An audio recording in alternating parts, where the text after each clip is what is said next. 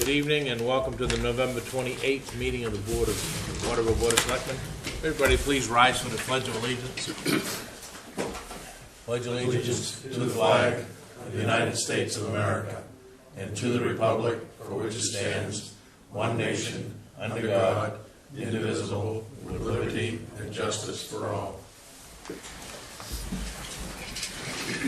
Good evening and welcome. We have no public hearing tonight. Any announcements from the board? Additions and deletions, because we do have some guests, I would recommend that maybe we move 9E up. We can do it as an appointment, or we can do it as the first part of new business, whatever your pleasure is. Any preference? Bring it up to an appointment. Yeah, why don't we just bring it up to item 5? Yeah. You can do that. So could I have a motion to do that? So moved. Second. Motion to move item 9E, recap the recent storm, up to appointments. All those in favor? Opposed? So that's where we are. So we've done this a few times, talking about what we've done during recent storms and lessons that we've learned and whatnot. We thought it was a great opportunity to invite York County in and also CMP. This is not the first time that we've done this, and probably won't be the last, although it would be nice to be the last.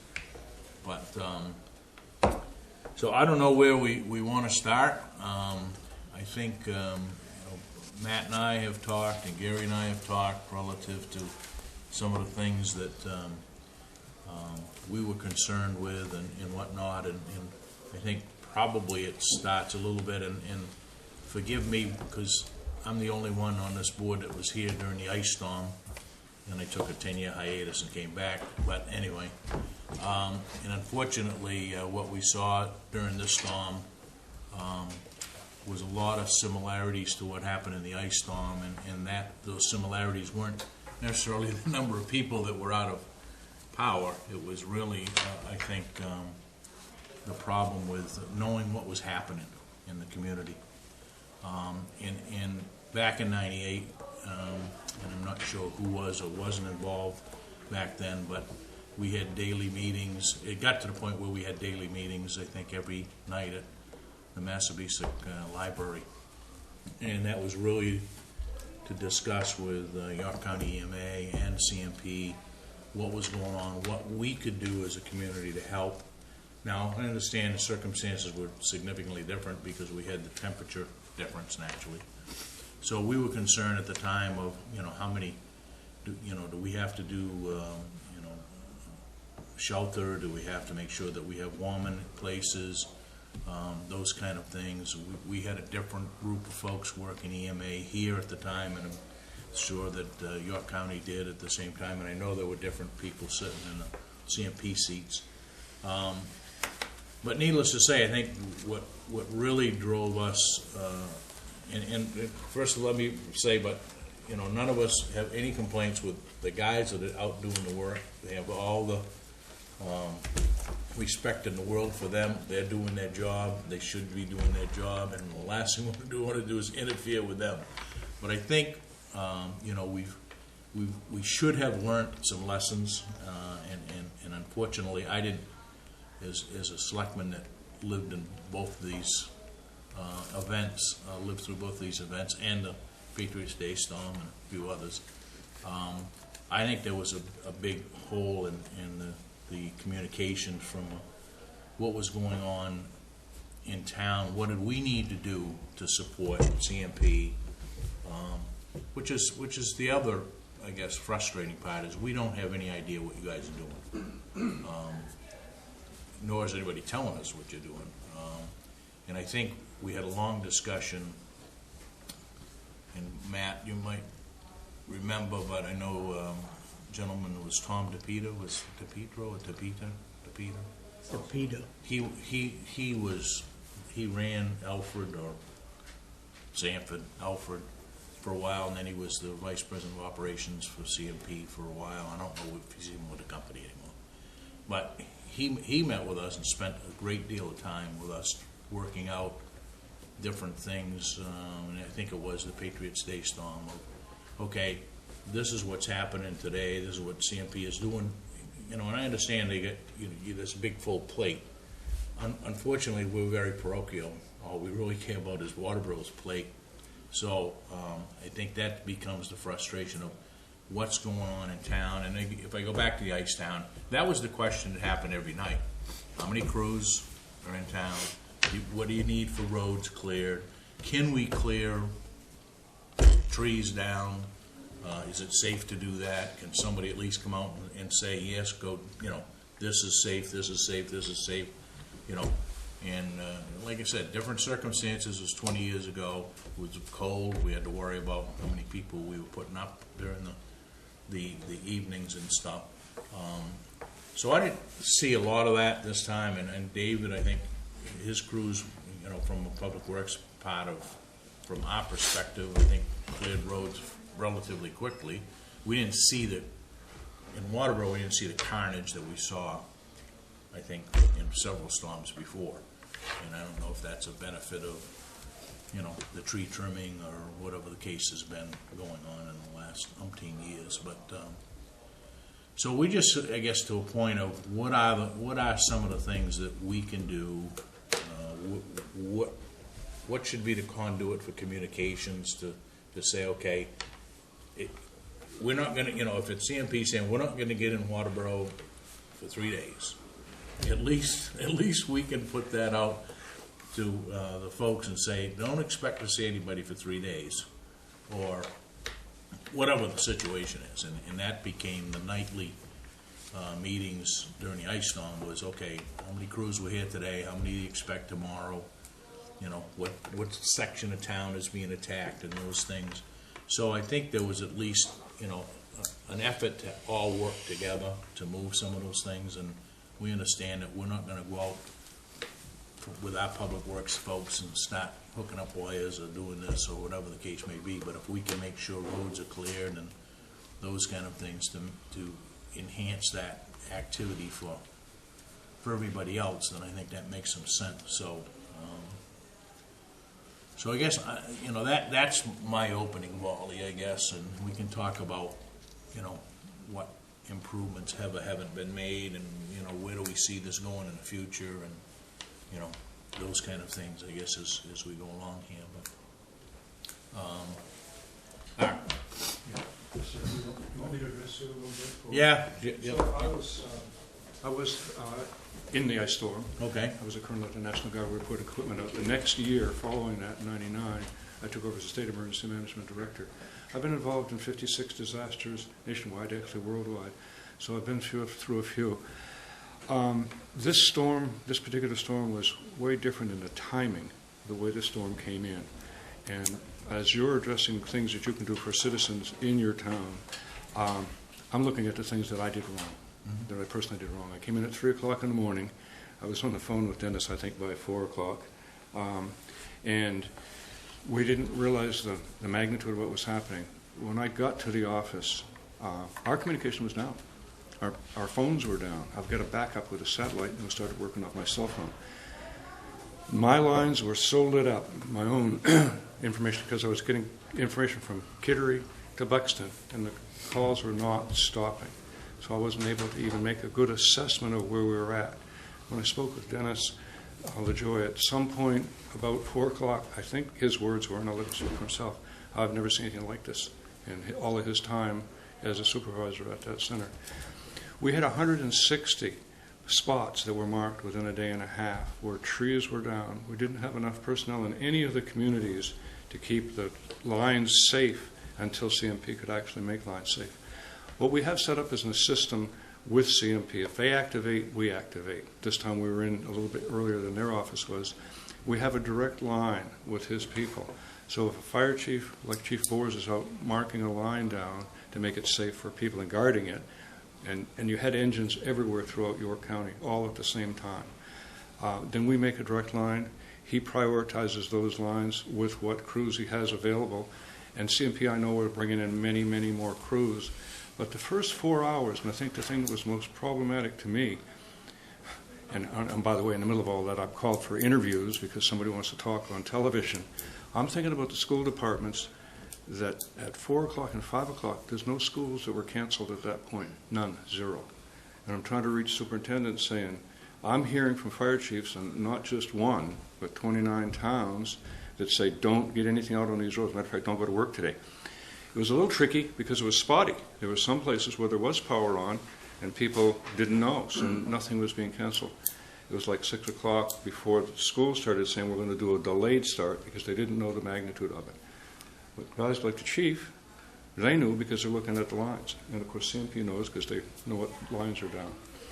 So when you talk about things that we could do better, and I recognized immediately, I did not have enough staff in to handle the volume that we were handling. Didn't expect it. And I didn't do good communications. I was trying to reach the chiefs in each of the towns, the EMA directors, so I could coordinate with them and find out what needs there were in those towns and how we could help that. Couldn't keep up with it for hours on end. And then finally we got enough people in to start coordinating back and forth. But from our end, and I thought about what are you telling your citizens and how do you do that? I know Gary's addressed some things since then. We've got a new alert and warning system that comes free for the town. The county's purchased it. We could have alert and warned your people with it. I did not have the presence of mind to use the system, nor did I have time to even key something up on it. But you in the town could have had that system. It's available to you now. You just schooled on how to use it to get the alerts and warnings out. The other thing that I think is the most important thing you can do for your citizens is, I think you said it earlier, individual preparedness. Be ready for those 3 or 4 days and just realize that. Then also, timing-wise, I talked with Dennis, and what are you thinking restoration time? And 450,000 out in the state of Maine, I think, I just don't know. You couldn't predict, Sarah Burns' point, you couldn't predict what time and levels you'd be able to get the power back on. And then, as you discovered day 2 and day 3, there were more lines down and broken poles. I'll have to let you address that because I'm way out of my league now. But from that standpoint, from what we're seeing from York County, all 29 towns are experiencing something simultaneously within about a 6-hour period. Is that any questions for me now, or? No, I think, we need to take what we've learned from this, because if that happened in the middle of the winter here, we get some real problems. Because we can't, as it turned out this time, the weather was warm and people were more worried about, when am I going to get power back on, because that's kind of normal, right? Not about when am I going to get power on because I need heat in my house, right? Right, And those kind of things. So I just want to make sure that, and I think one of our discussions is going to be locally here. We've got an online or a system that comes online when the power goes out at the fire station. We have one here. Unfortunately, we had a little problem with the Caterpillar here with a radiator or whatnot. But that happens, and we quickly tried to attack that. But so we will have some level of methodology to at least get out, especially and I don't think what wasn't affected too much, I don't think, at least in Waterboro, was the internet. I think the internet was still up and viable, and if you had power, right, that you had to have power. So I think we had power here, but no internet, right? We had internet over to the other. So we were trying to see if we could get back open on Tuesday to service, the population here. Okay, but I just think that we need to. It just seemed to be a big pause in what the heck's going on. Exactly. Right? Yeah. So get some big picture of what is happening on the ground, and so you could see it all the way around, and then understand what was going on at the same time. It was happening quickly. Yeah, and it was pretty widespread. I know that we've had, the coastal issues before, and we've had, because the ice storm here was more inland, but where we saw the problems. But this seemed to be pretty pretty widespread, so, you know, is this gonna, you know, and then I think we all, with the little blow that we had the week or so later, we started losing power all over town, then we're going, you know, okay, if we can't live through a blow that was only at that level, you know, we're in deep trouble, but I think the big problem was on Old Alfred Road or something, right? You mentioned the important part is what if this had happened in January or, you know, in the very cold months, like the ice storm did. But the ice storm of '98 was actually very forgiving for us. It was still Because there were 5 or 6 days following that storm, the temperatures hung in around 30 degrees, and there were no winds. I watched pine trees that were leaning from the weight on them of the ice. They didn't fall. And it warmed a little bit. Then it got cold. But had this been in the winter, this numbers of lines, I don't know, we'd still be looking at this. If this happened in the winter with the winds, Yeah. it's less damage. We don't have leaves on the trees in the winter, so Right. our oak trees aren't as affected, the maples. You know, our main focus when we get into an event like this is public safety. Yeah. We get calls, the municipalities call into York County, they prioritize for us. We try to get out to all the police and fire standing by so we can free them up. We're not focused on the wires and the trees down so much as getting the municipalities cleaned up from their fire and police. That's our first goal for the first 24 to 36 hours, is to get them freed up. We know most of them are volunteer. They don't get paid to be out there, so we try to get them cleared up as quick as we can. You know, then we focus on getting our three-phase restoration. Pretty much every town and city in York County was affected. We had three-phase, 75,000 customers out of 119 were out at the height of it. We try to restore three-phase as quick as we can. That took us 4 days to get our three-phase completely restored throughout York County. We don't focus on the side taps until that's accomplished, so it doesn't do us any good. So we were in towns for a day and a half, then we left. Once we get the three-phase going, we moved on to other communities that we could get the three-phase going. You know, that's how we operate, and that's how we have to operate. So it seems like you're left out. I can understand that. I felt like I was left out at some point too, just from the communication piece of it. We're relying on public communications with TV and radio. When you don't have power and you don't have internet, you're not getting it. You know, Time Warner was down for, I believe, most of the week in this area. You know, so that was part of our frustration also. We don't even being at this shop in Alfred, we couldn't even get TV because we couldn't see the news because we didn't have cable. Then they finally came out and got it going. But, you know, it was an event that we haven't seen, I'm thinking, since '08, this magnitude. That was the last big event that we've had, the ice storm of '08.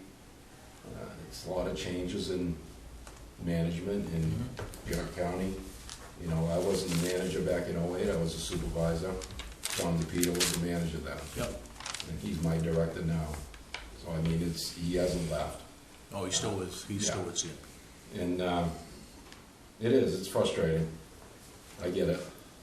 Well, he could probably recall the meetings that we had here, and he was very good. I mean, he was very open and honest, and we worked some things out, and I think Bob was still around at that point, and we worked out a simple facts thing. At the end of the day, the facts went out, and you knew, okay, at least you could start to direct, you know, maybe some of the, because the first thing that we get is, okay, when am I going to have power on? I'm sure that's what you get, and then as it builds up day after day goes by, then it's like, what's the town going to do about this? Okay, well, we don't have the magic wand any more than anybody else, but certainly from we did have the middle school came on so that we were able to provide some service there for showers and water and those kind of things. But Question when you're done. yeah, go ahead. Dennis, right? Yeah. Thank you for coming, first of all. What you said about three-phase brings a question. Is there a map of three-phase coverage in each town that CMP services? Sure. Because that by itself would be helpful for us to explain why you might need some extra time if you're not on this three-phase grid of roads. And the other thing, going to Dennis's point, have you had your public information officer or other people think about doing a daily Skype report just to the world, and not coming to individual rooms like this, but to send it out to the general public? We did that. Easy Not to this do. storm, but we've done it in the past. Yep. And I think what happens is we lose resources, we lose practice at it. So, you know, we go 10 years without having a big event. We don't practice this every month. You know, it's not, our main focus is customer service and giving people electricity. Right. So we don't practice all the time on restoration. It's a hard thing to do. You know, so it's, I take fault in that in this event that we didn't get that type of information out there. And, you know, Art and I can work at trying to refine that somehow. I just gotta figure out how. But just the three-phase comments, and here's the network, and put up a graphic, and make sure that every fire chief in the county has that, and that would help us being able to tell people long before the wind blows. Yeah, the problem is it's what we call circuit maps, and it's not something that we give the public. We've been asked before by municipalities, and we just can't give that information out. Confidential. Yeah, so that would be a tough one. Neighborhoods then, general areas. 202 and 5 out here is about the only three-phase power and over to the high school, I think, that we have here in town. You come up from the police barracks, Yeah. up across and over to Hannaford's and up to Yeah, you're about right. I mean, the bus road goes what down beyond the was school. Southern Maine finishing. You got three-phase power up that far. Do you go any farther than that to the grammar schools now? You come up 5? We go up 5 all the way into Glenrock. You do? Yeah. Okay. I think if people had just known that you had priorities, I mean, that doesn't change no matter how long it is between storms, right? Right. You know, I mean, that explains, you know, being here for a day and then disappearing, that you were working on the three-phase and moving on. You know, we didn't even have that, but Yeah, I guess we're somewhat, and maybe that's a conversation that we can have at some point in time, but, you know, when, especially with Route 5, and Route 5 being out for part of it, okay? So you've got 2 or 3 businesses that would have certainly benefited the folks here in town because they serve food and they serve gas and those kind of things. And all of a sudden, you know, you go 500 feet up the road and there's power, right? So there's, in what was Goodall, which is now Southern Maine Clinic or whatever, I think the switch is there, right? You know, it doesn't make sense to me why there's a break there that says, okay, we don't have any power, we don't have any power east of there, right? But we have power west of there, right? And so those are the kind of questions that I think come into play here. You know, I mean, I was amazed that, you know, Route 4 all the way to, you know, through Buxton, you know, there's no lights, there's no power because there's no lights, and you start saying, you know, I mean, that's the first thing you say is, you know, how come these main drags aren't getting put back on so that there's, you know, traffic lights and control. And the thing you gotta think of now, take Route 4 from here all the way to the New Hampshire border, it was out. There's 6 substations that feed Route 4 from South Berwick all the way to Buxton. So, I mean, it's a complicated system. It seems simple for one town, the system, which it is.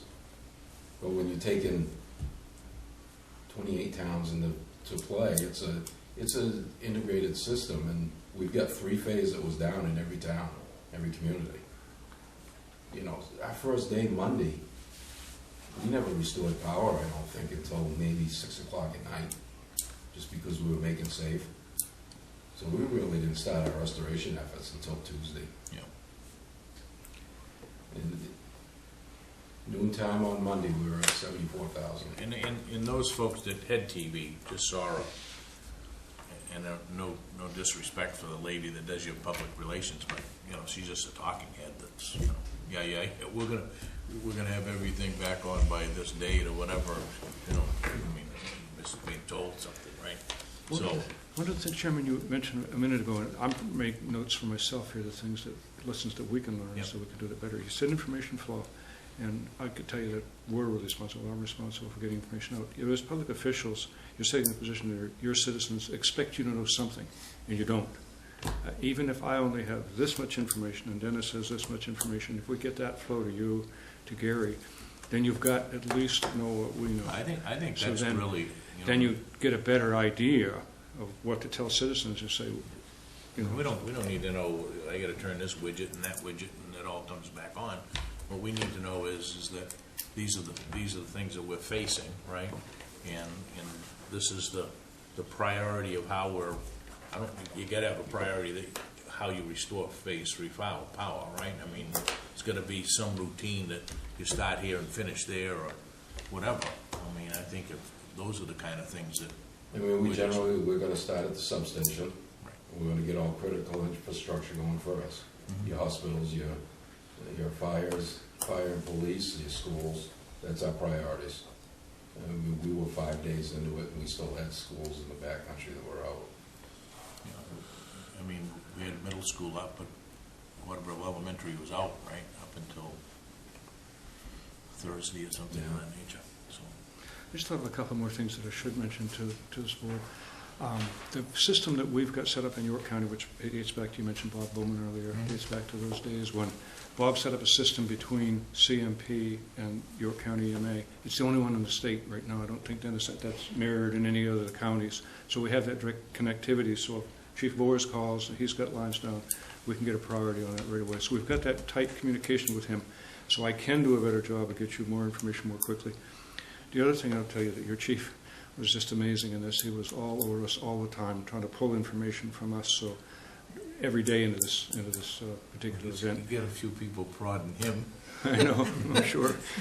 And then the other thing that just happened today, we finally come up with enough damages for all of York County, so we've met the threshold of $725,000. We're actually going to be over $1 million in damages and debris removal here in the county.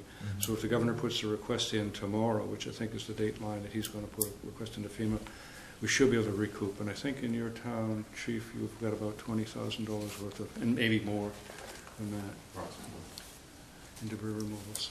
So we should get a disaster of this if the governor puts in a request.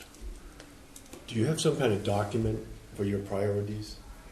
Something that we could give to people, tell people?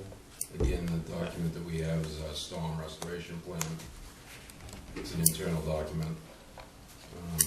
But logically, I mean, you go, like you said, you go to the police departments, fire departments, schools, and obviously someone on the end of the line is going to be last. Right, and what we call it is critical infrastructure. But just that boiled down, Dennis, would help us to have the, I mean, if you can't release it, I mean, GIS is everywhere now. Anybody can see where those lines are. If you could talk to, the board of directors to, if not a map, then just the list of roads of where those are, and realize that if you're on that, you stand a better chance, and if you're not, you better be prepared for another 7 days, or maybe upwards to a week of no power. That in itself would be I helpful. think you kind of hit on something here. I mean, if you have a restoration plan, but it's kept internally, I mean, there should be some level of that. You don't have to get into the intricate of, well, we're going to do this line, that line.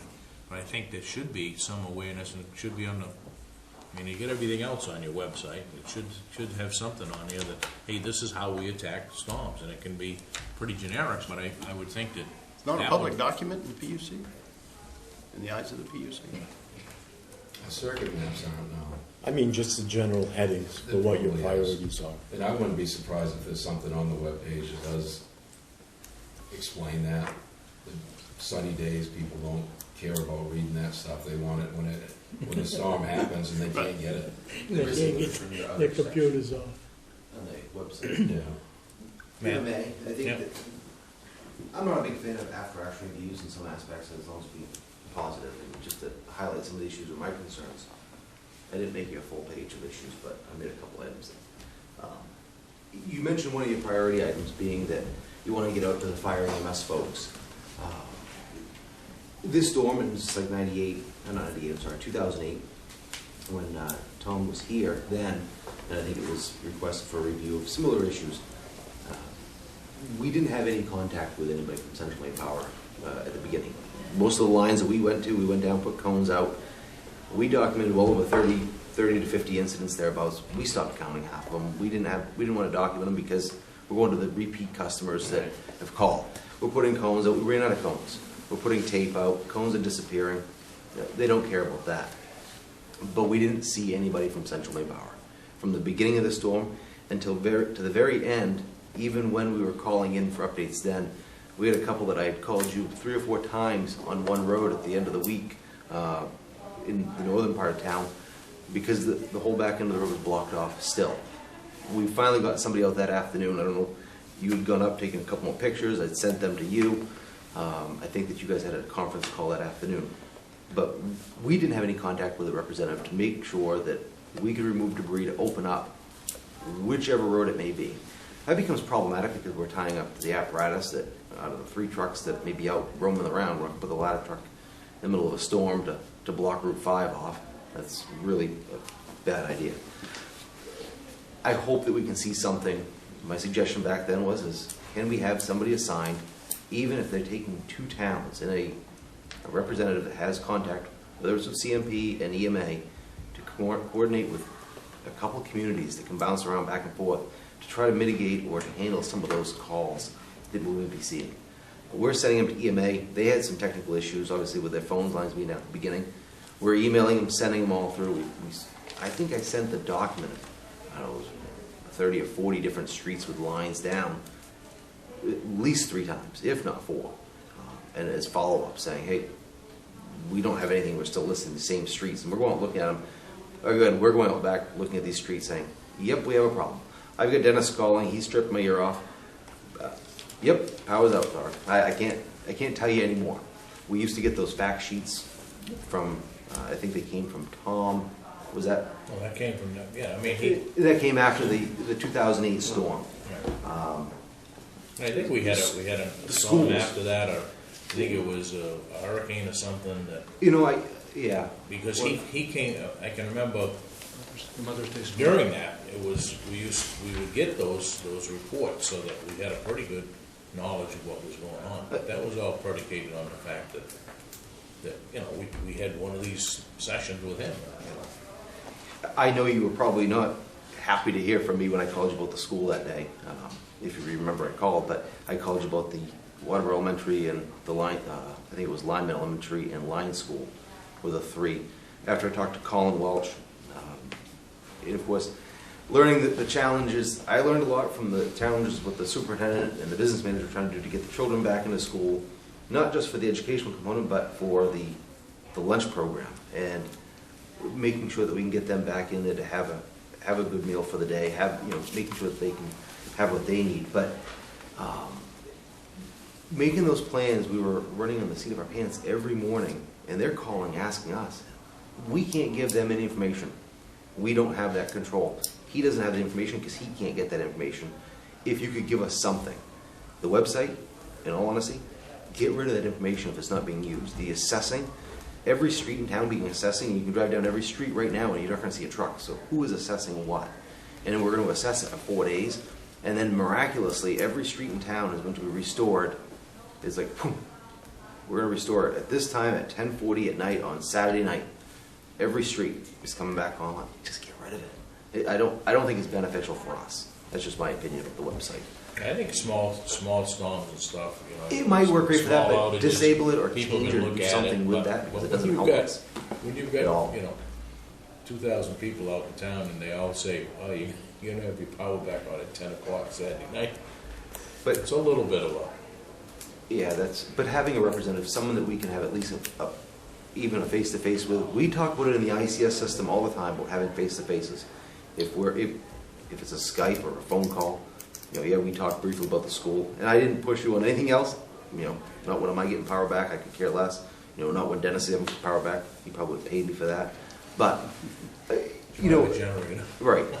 But if we can have, hey, we're not coming into Waterboro for 3 days, or we can get a rep out here to say you can clean Route 5.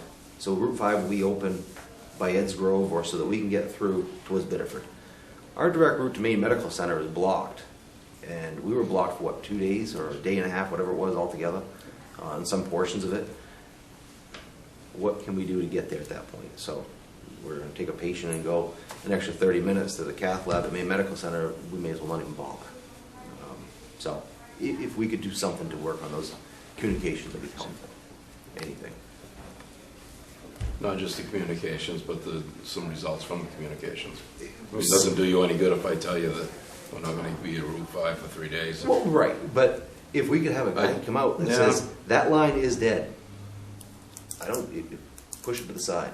You know, if he pushes it to the side, we'll cut the trees. I mean, he had guys that were ready to go. We're willing to help you with whatever we can. We'll stuff as many cones out and mark them.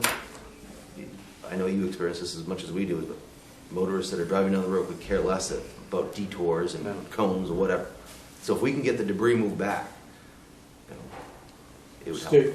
State level's the same way. I mean, we ain't gonna touch anything from MDOT until the wires are out and you guys come say, go ahead and push it out of the way. But, It was Wednesday. some communications with CMP would open up a lot of these roads so that. Gordon, you had an issue? I think the most probably directed towards Dennis.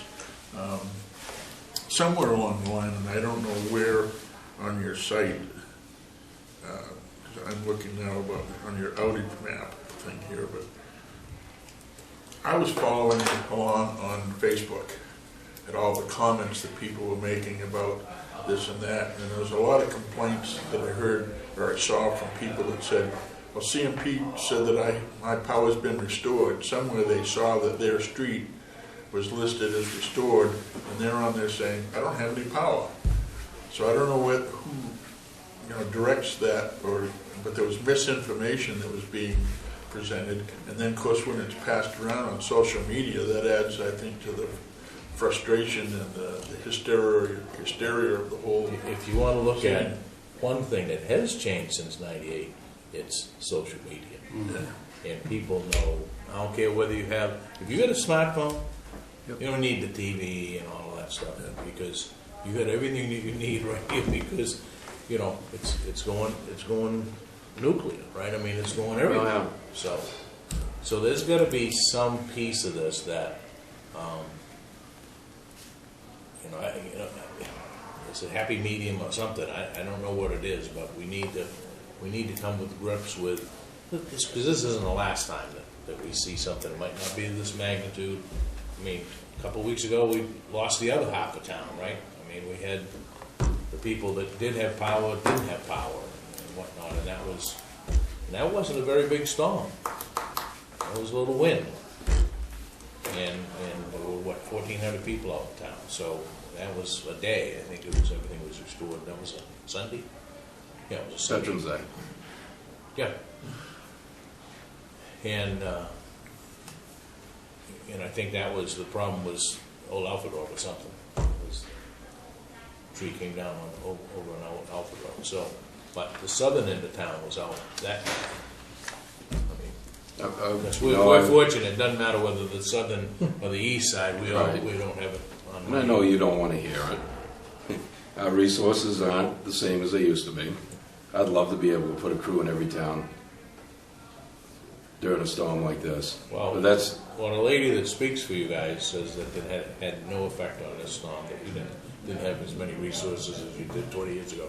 But I don't know how she would dare to say that, but she said it anyway. We all know that that's not going to change, right? right. I think going forward, however, I mean, there are some things that I think would help us, okay, and I don't know whether they're doable or not, but there is some, and it might cause some infrastructure change or whatever. I mean, when I look at how can Route 202 and 4 and Route 5 all be on in Waterboro to the point where we're down to the church or down to the Goodall, right? And then everything east of that's out. Yeah, I mean, that's how our system is. We have switches So you say to yourself, well, somewhere along the line, on a sunny day in the summer, can a switch be moved or changed? Or something has to change to say, well, you know, we're not gonna do that, you know, now you have, I mean, there's gonna be expansion in all those directions, but, you know, people just scratch their head and they go, well, I don't understand how that can happen. How could Route 202 and 4 all the way to Gorham be out?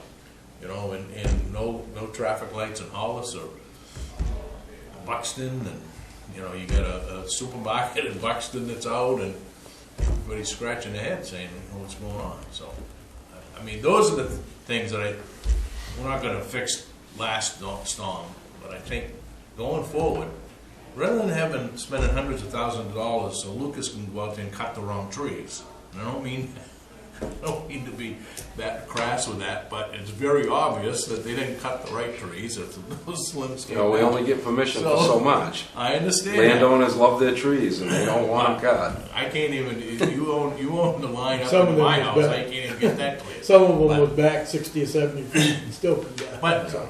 But, you know, there's pictures of East Waterboro Village with the same poles, you know, in 1935 that are still there today, okay? So that power line has gone through there. It probably hasn't changed much since then.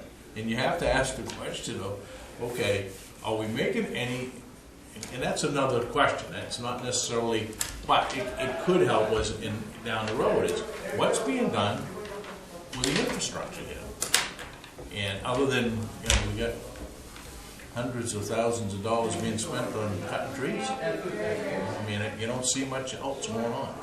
But that's to the layman, you know, I mean, I don't know. Yes, sir. Do you have an in-house GIS person? In Augusta. Yeah.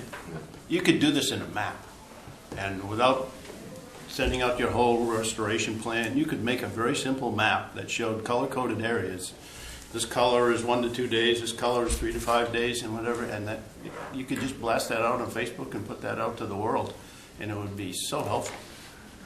Situation. They could do that for you. I don't want to step on a landmine, but it's not quite that easy. I went to Dennis when I first came down here because I had that very same idea, that I could look at that thinking the distribution of CMP or any power company is so massive. He passed me a stack of blueprints and diagrams that were that deep, so it isn't quite so easy. But we can do better. And I think I picked up a couple of really good points here about, and you and I are going to meet anyway, about Facebook, social media, and then smartphones. If we could educate our folks, our citizens, to use that system, and I think they do anyway, that we can get information out. And I took a lot of notes here, and as the discussion went between Chief Boers and Dennis, a lot of it belongs right at EMA, which we could have done better, and we will do better, and we can get that information out. So, But if I guess the line between the New Hampshire border and Buxton, let's say 4 and 202, that's just a line on a map, on a road map, and maybe you just can't do that and identify it as a phase 3 line, even though you can see it when you drive down the road. But that's just a line on the map, and your GIS guy can put a value on that. And in a very short period of time, you can tell the computer to designate that.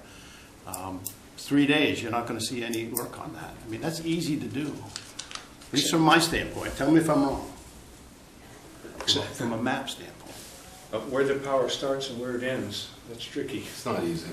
Yeah. I've been in the business 30 years and Naive on my part.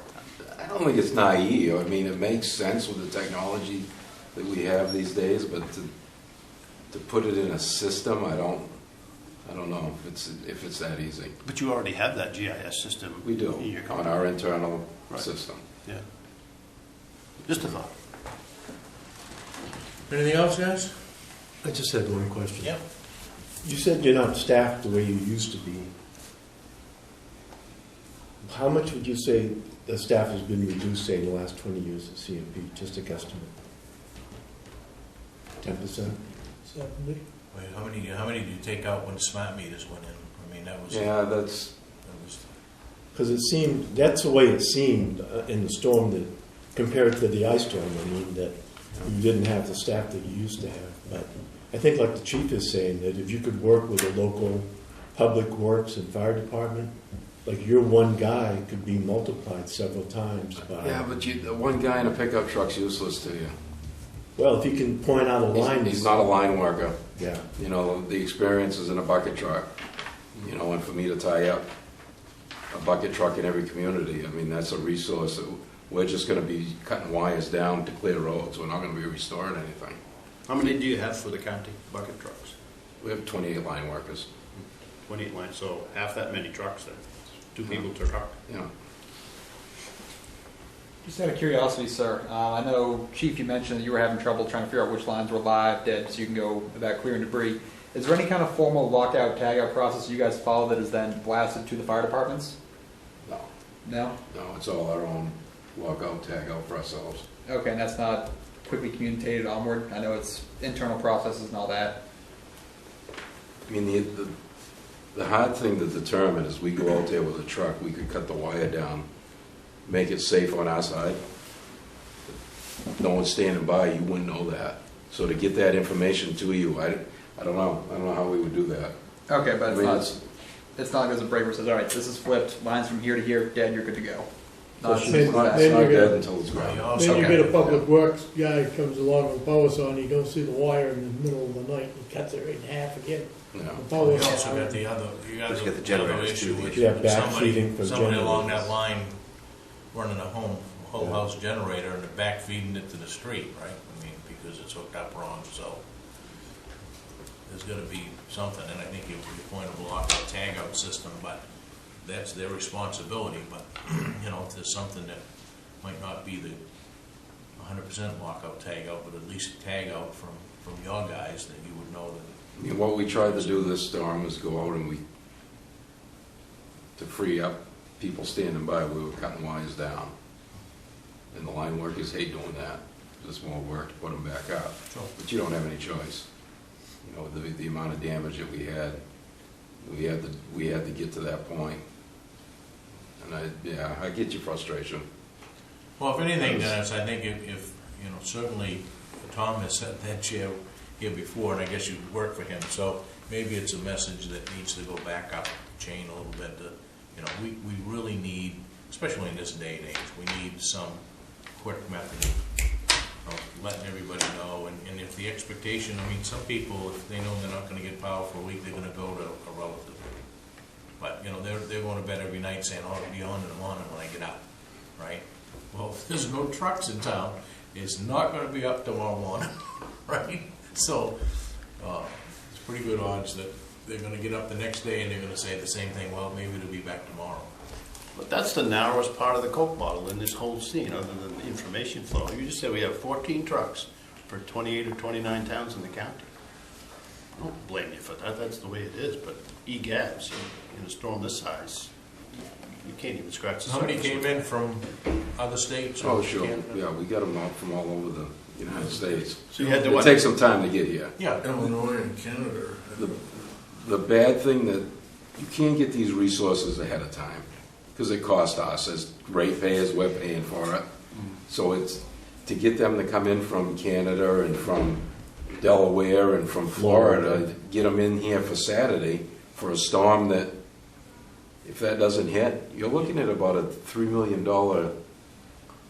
you know, expense just having them on the system. We've got our in-state contractors that we secure. They don't charge us. We've got probably close to 45 additional trucks with our in-state contractors. So that, and they're dispersed throughout the company. It's not just York County that gets them.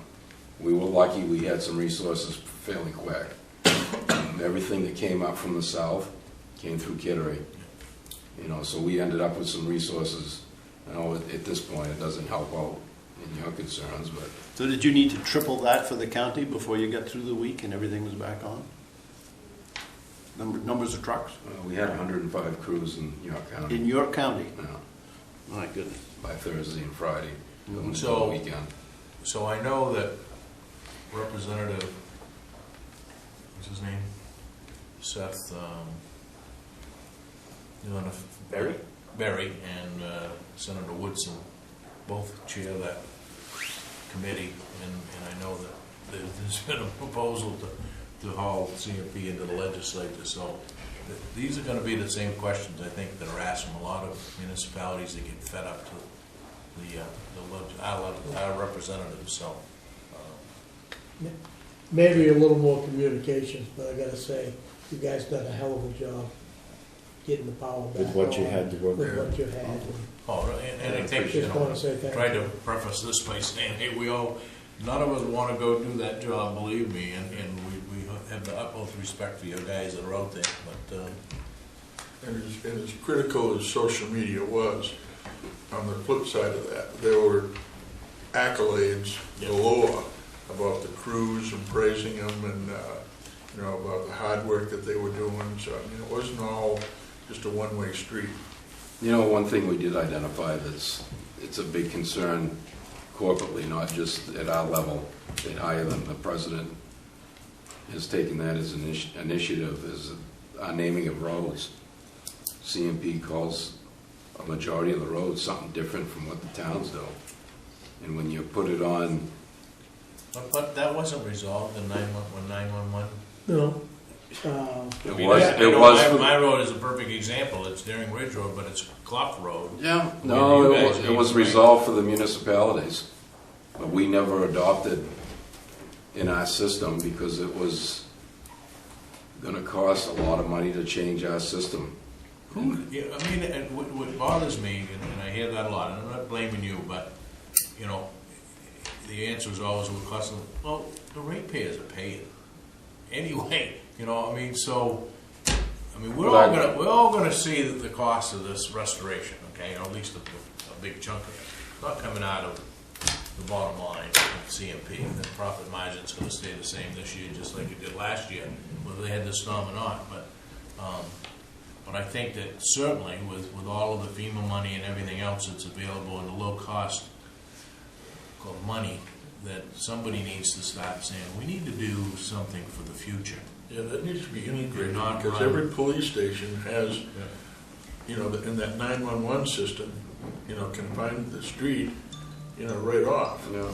And to not be linked into that, so that you have that same knowledge base to get into that database of streets and stuff. Because I know that when we went through the E911 phase in Sanford, we had to rename streets. I mean, it caused some initial problems, but you had Sanford Springvale, you got the village of Springvale in the town of Sanford at the time, and you'd have Pine Street and Pine Street on both sides. So where the hell do you send the ambulance? They guarantee you they call it something different. Yeah. No.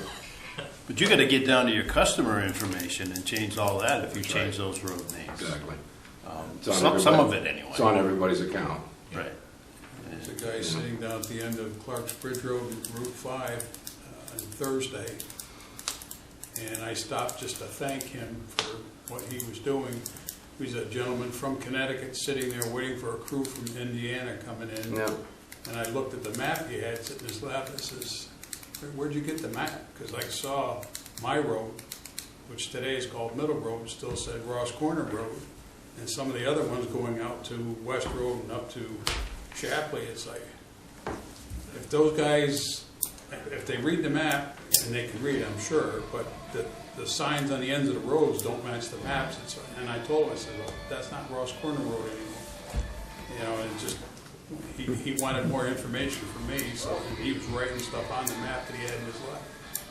All that's at the state level through the E911 system. All the streets have, you know, when the middle road was changed, we have the local person that each municipality has that's the 911 coordinator is responsible for sending that up to the state. They change everything. I don't know what they do with it after that. Well, I think he just answered that. He said that they looked at it and it's going to be too expensive to do it. No, it was. I mean, that's why it's never changed. It's a lot of work. It's not just making a map with new No, names on understand. it. It's all your, It's all your customers. So, I mean, it's something that the upper management is definitely gonna take. We've run into it, but with social media, people are seeing it now. Yeah. It wasn't a big deal when it was just our internal employees, because we knew the names, we've Where got it was. road code books that match them up, so it's not as big a deal. But now that the media, that the social media, that the public can see these road names, it's Well, how does Garmin and TomTom do it? all 911. It's all 911 addresses. Because I know that when you do a street name change, it doesn't take too long before TomTom has it. Google has a picture of everybody's. Yeah, and Google, yeah. I don't know how they get that information. So, anyway, Yeah. we're not gonna solve that tonight. We appreciate you guys coming in, and again, we Seems like the probably, information's here, we gotta do it's some happening anyway. in-house things that I know that Gary and Chief Wars are talking about, but, you know, I think going forward, we're gonna continue to push for, you know, we need a better line of communication, so I think that's the message. We're going to meet again. Didn't mention one thing before I leave. The Alfred Service Center that he runs did something quite different. We're the second most populous county in the state of Maine, right? But yet his power lines are all restored. We had equal as much damage, and then he was up with all of his crews in the Cumberland County trying to restore. So they're doing something right here. We're going to meet, and we're going to cover some of the things here. Yeah, for the benefit of the Post board it and the with folks notes. back home, we're gonna meet and look at this rave system, which I guess is much easier to sign up for and use than Code Red, which we no longer are a member of, so Less expensive. Chief and I will be doing that with Art and reporting back. Thanks for your Thank you, time, guys. appreciate it. Thank you, Art. And you We didn't hear from David. David kept nodding his head, yes, occasionally. You didn't raise your hand, so. I am listening, I'm trying to learn Okay. more about it. All right, My end of it, on the water district side of it, they had us back online very quickly. So, and the other part of it, we will never touch a tree that's got a wire through it. That's and the nor should end of you. that story. You know, Matt and I have had this discussion, you know, and I think he just kind of answered it. The guy driving around in a pickup truck doesn't really know Can't the tell. system, but, Yeah. you know, at some point in time, somebody's got to be able to say, it's safe to touch that, or it's safe to move that, you know. They won't do Clean Yeah, that. but on the other Right. side of that, They won't do Dennis, that. I think somebody touched on that, it may be safe as far as their lines, but what about all these generators Yeah. that, I have one that runs my house. Well, the other, you know, that when we had the training on it, there's enough juice going through a telephone line to electrocute you, so you've got that to contend with. Okay, more to come. Yeah, they're just gonna have to bite the bullet one of these years and do the E911 change. Yeah. I mean, that's obvious. Yeah, that seems a pretty fundamental change. Yeah. And I think they did change some of it, but he's right, there's still, because you got lines, especially around the lake, that don't go on the road. They just go through that group of trees. So, all right. Any public comments tonight? Anyone who wishes to speak? Do you want to add a resignation of Alicia Crocker from the Budget Committee and the EDC, or we can do it in 2 weeks? I don't care. She's giving it to me, Let's just do it in 2 weeks. unfortunately. Okay. Public comments, no. Correspondence, treasury's reports, and the ecomaine recycling reports.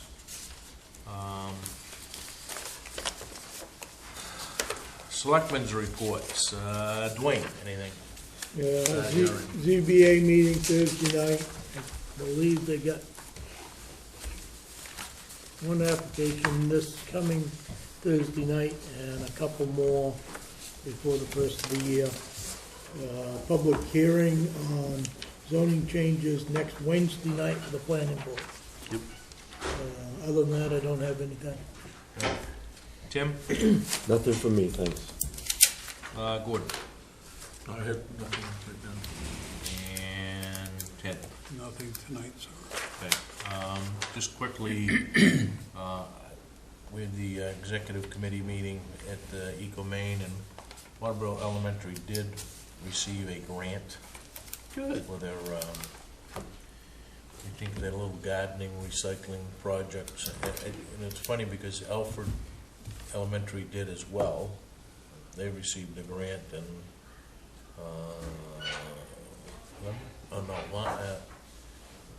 What's the school between Limerick and Newfield?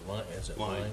Line school. I think that was another one. So maybe, as he was reading through them, I'm trying to pick up but there was, could have been all of RSU 57 elementary schools, but they all got some level of grant. I think Clint's back on the recycling distribution list, and he should be posting now up on the sign up at the transfer station how much we recycled. I think we're 21% last month and 19.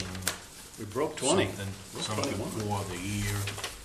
I will tell you that through the first quarter of the year, which goes through the July 1st to October 31st, which is a quarter plus a month, we're up 7% in household waste. We're up 108% in bulky waste, which is the furniture stuff that he's doing, and we're up 14% in recycling. So the solid waste up 7% is not coming because people aren't recycling, because there's 14% increase in recycling. So anyway, seems to be headed in that right direction anyway. So. Gary? Is this the perfect time to talk about paperback? I don't think so. Oh, okay. No. Sorry, that was supposed to be a joke. Thank you, Mr. Chairman. A couple things from me. I'm not going to delve into the storm update. I went through a lot of those details 2 weeks ago. In terms of the Recreation Director update, the deadline was noon the 21st. We had 19 applications received, and interviews will be in early December. We had 9 applications for the librarian's position. One of them dropped out, and of the 8, I think we're going to interview 3 or 4. We had another one drop out earlier today. The interview team for that is going to be 1 selectman, 1 library trustee, the present interim librarian, and a Waterboro resident who's also a professional librarian elsewhere, and myself. Unfortunately, turning to the West Road sidewalk plowing or blowing bid, once again, we got no bids. So I don't know what you'd like David, Bent, and I to do. Maybe we should rent a sidewalk machine for the winter. They gotta be clean. Got to be clean, and they got to be sanded. Fundraising is complete for the ATV, or I should probably say UTV, that we're going to buy for the fire department. That is going to also be on tracks, so we can use it throughout the winter as well. We can get rid of our old snowmobile and have an up-to-date vehicle, a single vehicle for all year long for pulling people out of the woods. And the public should know that there are 0 taxpayer funds in this. Jill Smith, Todd's wife, the ATV Club, and many other people contributed to the fundraising for this, which is a great idea. It's something just south of $20,000 when you take about the $13,000 unit, the trailer to haul it on, and the skid in the back to hold the stretcher.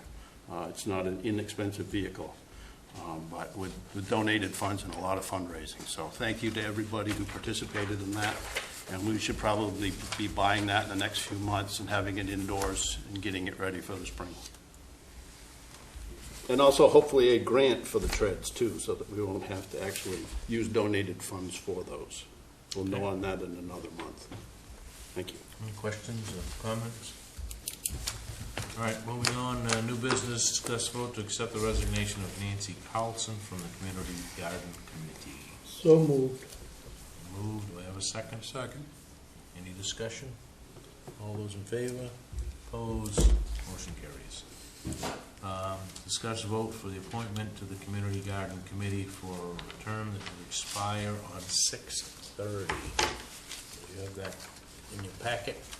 What is your pleasure? I make a motion to approve Judy Carl for the Community Garden Committee. Seconded. Any discussion? All those in favor? Opposed? Motion carries. Gary advised me that there's some formatting problems with the final report of the audit, although the numbers didn't change, it was just the way that it printed. So I'll move that we table this till our next been meeting. moved by Selectman Woodson to I'll second table that. until the next meeting. It's been seconded, and there's no discussion. All those in favor? Opposed? Motion carries. Discuss the Central Maine pole permit approvals. I think we've bounced this around a little bit, so I would entertain any motion that somebody wants to make so that 5 selectmen don't have to sign these permits. I'll make a motion that the Public Works Director and 1 selectman sign the pole permit. And I don't care which one is, I'll second that. Yeah. Second that? Okay. Sorry, I thought you well, it should, yeah, I'll make that a motion, 1 selectman and the Public Works Director. And then I'll make a couple of comments. Okay. I don't think the selectmen really know where the poles belong, or where, I want to word this right, but the planning board always used to sign that permit. Really? Yeah. Chair or the secretary of the planning board signed that, because I signed a good many of them. But 90% of these new poles are part of a subdivision or a relocation of a pole. And if it's relocation, the Public Works is working on a piece of road here in town and they need to move the poles. Or it's a subdivision going in or a house lot. So they've already got a permit for a road entrance, so that's why I'm saying Public Works. Yeah. And whoever's the selectman to approve it should at least kind of check to see what there is for a subdivision plan, or, because a lot of times these subdivision plans will locate the entrance poles going in, so. So I have one question. Yep. If a pole is being moved, it's being moved within the utility easement, how do we validate that it's not moving out of the utility easement? I guess CMP or the utilities would have to prove that they're within the right-of-way. Okay. And that's where We're the in the Public discussion Works phase right Director now. would come in, is to make sure All that right, it's not in the would it make better so-called plow sense? group.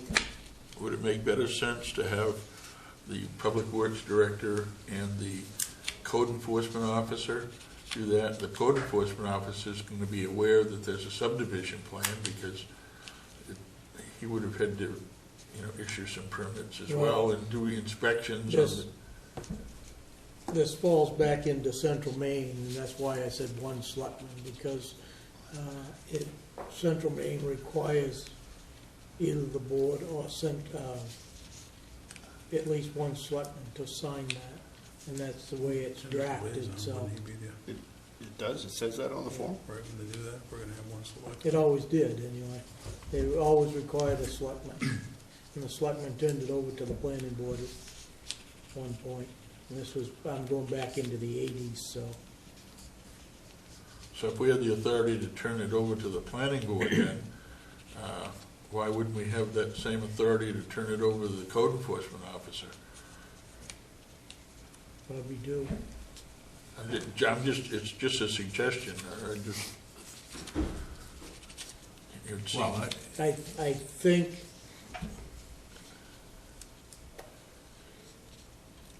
even though all the selectmen didn't sign it, I think one of them still had to sign it. I can remember there were a whole stack of things that I used to sign as chair. And some of those were pole permits. That was back when we used to sign gun permits too. And, well, you've done a few I'm of those going too. back as into chair the too, right? 80s at that Yeah. point, yeah. So it could have very well have been, we still signed it, Yeah. but, and I don't have a problem with 1 selectman signing it, but, should be something that the Public Works Director does, and then it's a matter of formality for Sherry to grab 1 of 5, Yeah. right? And have a signature put on the thing, right? Could be You maybe didn't one of get us that happened to be in here for the You didn't day. get a second on it. Yeah, Tim said. I second you. I was just gonna say chairman, we could add the chairman. and Doesn't the have to be vice the chair. chairman. Well, Right. Tim's the vice chair, so, and he's working with the planning board, so either one of you should have, That's probably a good function for the vice chair. But why well, not? sometimes they So, need the so permit. would you guys accept an amendment to your motion that says that the Public Works Director and the chair or vice chair of the board, I have no problem there. you accept that And in I'll your change second? my second Okay. to that. Any further discussion? Just an informational point, I mean, you're hamstringing him to two people when we've got five, so I don't see the value in that. What do you mean? You're saying it can only be two of the five selectmen that can sign. And he's gonna have the information, either he'll get it from Tammy or he'll get it from the code officer as to where the pole is and the subdivision and all that. So what's the benefit of not having the other three of you available to sign a permit like this? So we don't need to go look at the subdivision plan to confirm the location of the pole. You'll have already done that. Our role is gonna be very informal as far as I can see. Or other I staff. would agree, I don't, We probably ought to go back to Dwayne's original motion, just a selectman. yeah, why don't. I don't have a problem with I that. like that. I don't- Same here. I think that It that just- will it declare saves- as the original. Sometimes it could be a week before one of us gets in here to sign it, so. Not if Sherry's after you. So the motion, the original motion is the Public Works Director and a selectman. Everybody good with that motion and seconded? I'm fine with that. Any further discussion? All those in favor? Opposed? Thank you. All right, we've done the recap of the storm, but just kind of, when are you meeting with Art? We don't have a date yet. It'll be the three of us talking about that rave system. Yeah. And it sounds good on paper, I just need some more information. Okay. What does that stand for? I don't know, but he described it as much more user-friendly for the individual in the comforts of their own living room to sign up and get on it And it's already on, for telephone. It's for the county, they use it for the county. Yeah. And it's a replacement for Code Red? Essentially, yes. And they saved about $20,000 by shifting over to that. Google it. Probably cloud and web-based rather than software-based. Okay. I'll make a motion to approve the November 14th regular meeting. Okay, been moved, do I have a second?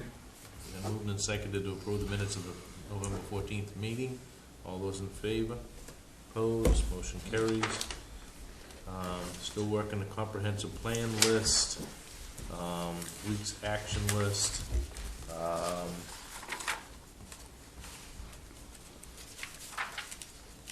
What do we got teed up? Anything? Next meeting?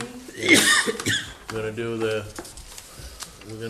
appointment, the resignation, accepting the audit. Do we have anybody that's applied for anything? Are we still at 3 applications for the steering committee? Okay. We want to entertain that after we get both the rec director, I assume, in the library. Let's get that So- done. I'd like to think we would know by the 26th. Probably not going to do it that night, but Okay. we should have both of those. Anything else you wanna see on the agenda? Just give me a holler or give Gary a holler and I assume we're going to have a meeting on the 26th of December, well, let's talk about that for a minute. but that's up to you folks. Depends on what's going on, I guess. We're scheduled for the 12th and the 28th, the 28th. 12th and the 26th. Yep. 26th being, the day after Christmas. I don't have a problem with that if I don't. anybody gone or, I'm gonna be here. okay. So why don't we tentatively When? say we're gonna, The governor's giving me that day 26th of off. December? Yeah. I'll be here. so we'll just keep the regular schedule then. Okay? With that, David's gonna scroll the credits and the reminders. I'd entertain a motion to adjourn. So moved. All those in favor? They're a Opposed? school project.